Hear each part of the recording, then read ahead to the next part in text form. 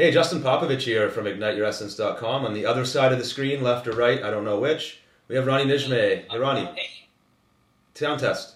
hey, can you hear me? Yes, I can. Awesome. Excellent. So we're doing, right now, this blog post is part of a 100-day challenge I'm doing to do 100 different pieces of motivational style content. But I don't know where you're going to see this. It might be embedded under a different context. But Ronnie and I are good friends, and we both actually are entrepreneurs, business owners in the online marketing world. And we also have a lot of interest and passion in the self-development world as well. And we also do some work in there. So I thought it'd be kind of cool to get Ronnie on to discuss something that's kind of self-development related, but almost it's like a parenting thing too, isn't it, Ronnie? I kind of gave him a heads up. I don't really know what we're going to talk about yet. But here I'm going to ask Ronnie a question. I'm going to phrase it as sort of a question/debate. We're going to talk about it here, and then we're just going to leave it open for a discussion, but we think it'll be interesting to you. And the whole idea here is that Ronnie and I are both parents. Ronnie's got, how old's your son, Ronnie? 8 months old. 8 months old, so less than a year old. I've got two boys, 6 and 4, and so I've got a little bit more experience than Ronnie in that department, but it's like, as any parents watching would know, it's like, it's a crapshoot. You're always trying to figure it out as you go along. What's the best thing to do for your kids? And the natural tendency in our world especially is, you want to give your kids the best. You want to give them all kinds of opportunity. You want to protect them and take care of them. And as I get older in life, and especially as I quit my day job, and I basically just quit cold turkey, a corporate job, and took away all my money and started a business. It was extremely painful and hard. And that was really the first time in my life that I faced real adversity. And as a parent now, it makes me think, are we doing our kids an injustice by giving them too much opportunity or protecting them too much? Because then they're not really facing reality of the real world, which is damn hard. And life can get very, very difficult. There's tragedy. There's lots of things that can go wrong. And what happens if you don't set your kids up to be able to handle that or to become self-reliant? And so, Ronnie, I'm going to flip it over to you. What's your general thought? Like, not necessarily parenting approach, but what's your thought in general about building self-reliance? Is it important at an early age to get exposure to hardship? You know, the first thing I thought about was actually the butterfly, and you probably heard this before, but a caterpillar actually has to struggle in order to become a butterfly. You actually have to have that struggle to get that strength, right, to become a butterfly. That was the first thing that came to mind. And then the next thing was, just thinking about my son, and, we've actually done sleep training, and we've had to really try to figure this out, and we want to be there with him. We want to actually help support him. We want to help him fall asleep. But by being there, he's actually not learning how to fall asleep on his own. He's not learning the coping mechanisms to soothe himself. He's just learning to rely on us. And it's important. I mean, you need to be there for your kids. And it's not that you're absent, but you actually have to draw a line and say, okay, well, you know what? You're okay. You know you're going to be okay. We'll be here with you. But you got to figure this out on your own. Like, you have to figure out how to fall asleep. You have to figure out how to fall and get back up again. I mean, I also, another kind of thought that came to my mind was I recorded this video of my son. He's really trying to get up. And this was several months ago when he couldn't, roll over properly, and he's really struggling, really trying to push himself up. And he's upset and he's crying. And I just look at him right, I get right down to ground level, and I say, "You can do it, you can do it." And he looks at me and he smiles, a huge smile, all out of this teary upset, what he's feeling. But I could have easily picked him up. I could have easily said, "Oh, here you go." And now he never gained the muscles, the strength, the mindset to realize, oh, I can actually do this too. So those are the first initial thoughts that came to mind. Yeah, and that's, as you told that story, I can relate to the bedtime stuff. My sister's actually going through that right now with her kid. And then fast forward a year or two, I'm not sure what you're going to be doing with your kids. We took our kids to a public daycare. Actually we wanted to give them to that exposure. A lot of people choose not to, but that was extremely hard, especially for our first son, because of the anxiety of separation, right? The separation from parents.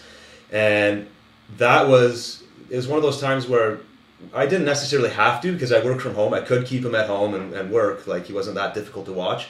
We deliberately chose to put him there, and those drop-offs were heartbreaking for me. I hated doing it, and he's screaming and crying and all that, but again, in hindsight, I'm so glad I did it, because it's another little example of things we need to do to kind of push them out of the nest and get it going. and let them kind of become self-reliant in the long run. But I think as time evolves, even as they get older, and now that my oldest son's 6, he's starting to understand more and more about the world. He's even starting to act like he gets the concept of money now, and he wants to buy stuff, and instead of just asking me for money, he's actually thinking creatively, like he's asking if he can sell books that he makes, and it's kind of cool to watch. Right. But it makes me think, like, as they get older, I don't necessarily want to give allowances, or I don't necessarily just want to give them things. I want to encourage them to find it on their own. And in some cases, it may mean, like I've seen situations where kids get a little bit older and they get into a battle with their parents, and the parents eventually give in. And then you hear stories about parents who actually kick their kids out of their home. Like one of the motivators that I follow, who's an incredible inspiration, his name's Eric Thomas. His mom kicked him out of the house at 16, and he lived on the streets for like 3 years in Detroit. Okay, this is not a place you want to be living on the streets. It's a very, very difficult place. And he always talks about that's his hugest asset, was he lived on the streets from the time he was 16 to the time he was 18. And not everybody would have recovered from that, fair enough to say, but he did. And now as he develops a business and a huge following, he's an ultra successful speaker and author. That's not an easy world either, but he can handle all of that pressure now. He can handle everything that comes with that and then some, and he's blasting past a lot of his competition, I believe, because of that gift, so to speak, he had of being kicked out of the house.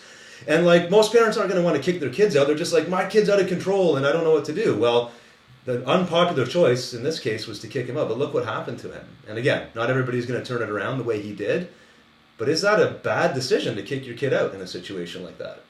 You know, I can see kind of the extremes, and it's always easy to go to extremes. Yeah, but, yeah. You know, really, we have to look at, okay, how can we actually teach our kids discipline? How can we teach ourselves discipline and self-mastery and self-control?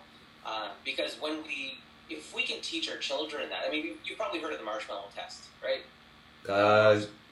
Say it. I don't know it. Okay, so real quick. So the marshmallow test, they did this study where they had kids have one marshmallow on their plate, and they said, okay, if you eat that marshmallow, there won't be any more. And I could be botching this, but this is sort of the quick summary.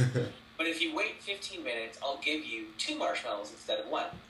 And so they did this, and the people who waited and had the second marshmallow, they tracked them later on in life, and they found that those who waited, those who actually had the discipline to wait for that gratification, they actually were more successful in life. So those who have more self-discipline, I'm just going to boil it down, those who have more self-discipline are actually more successful in life. So like, if you were to flip that on its head, if you were to say, okay, well, here's, you know, oh, you're really difficult, you know, you're a really difficult kid. Instead of kicking you out, the opposite extreme is just giving you everything that you want. Just giving in, you know, as a parent. Always giving in, that's obviously not good for the child either. But what about teaching discipline through a little action? So instead of giving money, it's giving chores, giving tasks to complete, to understand the value of money. That money it's not just a gift. It's, okay, there's kind of an exchange of value, and that's really what we do, right, Justin? I mean, we exchange value for money, and if the value is high enough, you know, our customers kind of keep coming back for more because they realize it's kind of a good deal, right? That's what makes a deal. It's good value for money. So we teach that, we instill that in our kids. That actually teaches them discipline, and it teaches them respect for money. It also teaches them respect for authority, and you know, parental authority is an important thing too. And then it teaches them to start to kind of be creative, right? Because you can. Yeah, go ahead. Yeah, no, I was going to say exactly. It also teaches them. It's different than, well, if you want money, go out and get a job. That's one thing you could suggest, and there's certainly a lot to be learned from that. But there's a whole other thing. I don't know if you ever saw that TED Talk by, I think his name's Cameron Herold, where he talked about teaching our kids to be entrepreneurs. And instead of saying go out and get a job, it's go out and figure out a way to create the money that you want for the things that you're asking for. So you want a new dirt bike or a snowmobile or whatever, if you're a teenage kid, instead of being told, well, you got to get a job and it's going to take you a year to save up to do it, why not say, well, go look at entrepreneurs who create that kind of money in a certain period of time and look at what they're doing and try to figure out that. Like, that's a totally different kind of lesson. Plus, you're teaching them that there is no glass ceiling, there is no limit, but it's up to you to figure it out. And so if it takes you 5 years, so be it.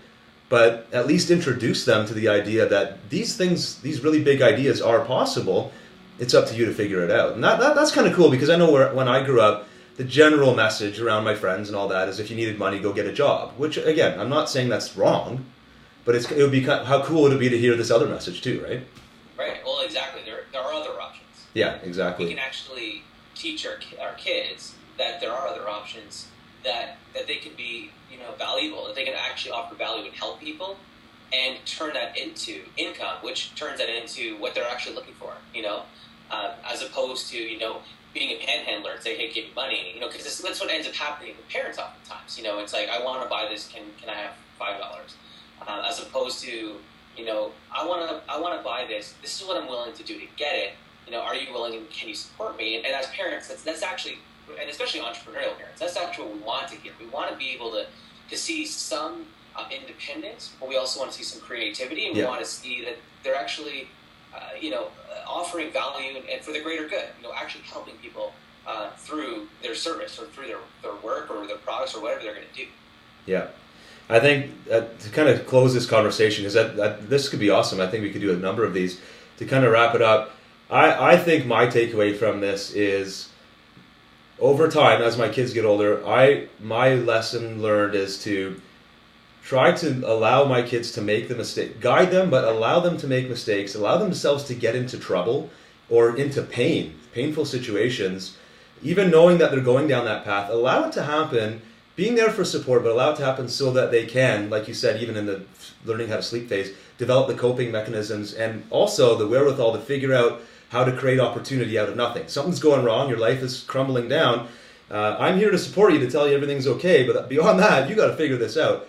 To me, I think if I can stick to that general philosophy, I'm pretty comfortable with that. And I think most people would probably agree, but again, we might get some different opinions here based on our conversation. I don't know if you had a final thought to offer as well. Yeah, and my sort of big takeaway is that we sort of live in this culture that's afraid of suffering, and instead we kind of want things given to us, or we take that magic pill that makes everything go away. But as parents, as entrepreneurs, there's real value in suffering. I mean, that's what strengthens us. That's what motivates us. That's what encourages us to become better.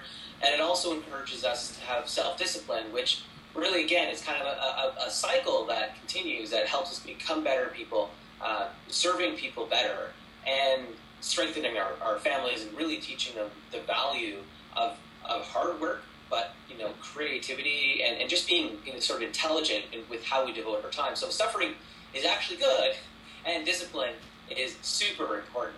So those are my takeaways. I love that. Great closing point. Suffering is good, and you don't have to say it in those words, but portraying that general message, I think, is very, very powerful. Make it okay that things are falling apart right now, and you're just going through it, and you'll get through the other end, and you'll be that much more capable in future endeavors, right? So, thanks, Ronnie. This has been awesome. It's kind of nice to talk to a fellow parent, but also somebody who's interested in these kind of concepts. So thanks for joining me. Maybe we'll do some more of these. Sounds good. All right, thanks, man.